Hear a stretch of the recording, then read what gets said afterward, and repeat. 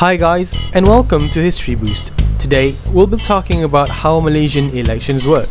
So how does this petite little country in Southeast Asia with 14 states, 31 million population, a growing economy and a multiracial society get to choose the people who rule them, aka the government? Well, for a start, at the top of the system is His Majesty the Yang di-Pertuan Agong, who is the highest monarch and the head of state of Malaysia. Then, below him is the one and only Malaysian Prime Minister. This is where the politics begin. This is where the people have a say in deciding who rules the country. Now, the system in Malaysia is such that the Yang di-Pertuan Agong holds the highest position with the Prime Minister as his advisor. But most of the power and decisions are made by the Prime Minister himself. Kind of. So, who gets to be the Prime Minister? How does the whole country choose their own big boss? Introducing the Malaysian general election.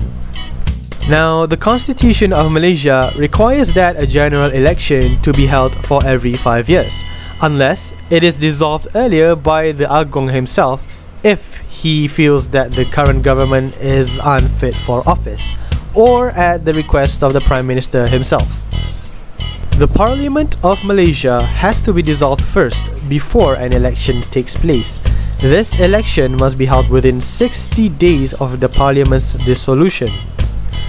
So the general election is the time Malaysians get to choose who to represent them in number 1, the Parliament's House of Representatives, also known as the Dewan Rakyat in Malay, and number 2, the state assemblies.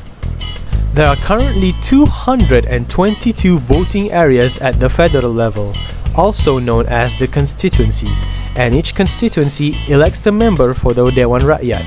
In short, every constituency gets to choose their own candidate to represent them in the parliament. Democracy.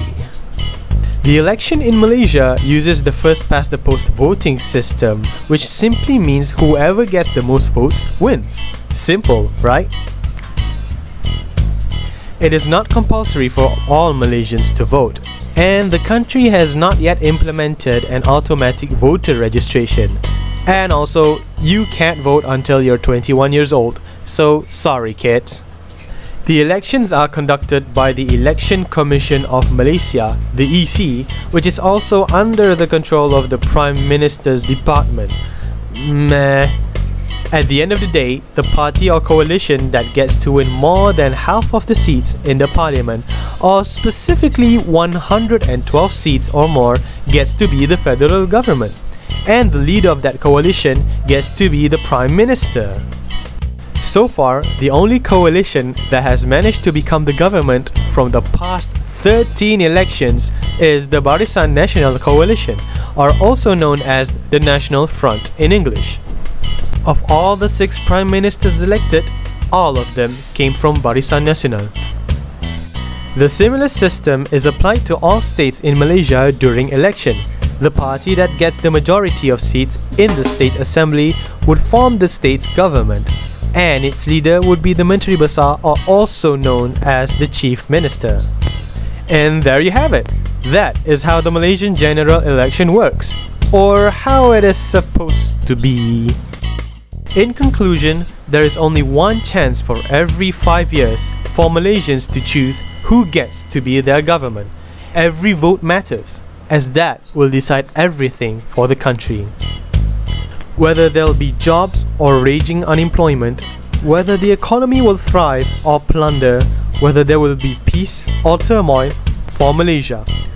This is History Boost. See you guys later.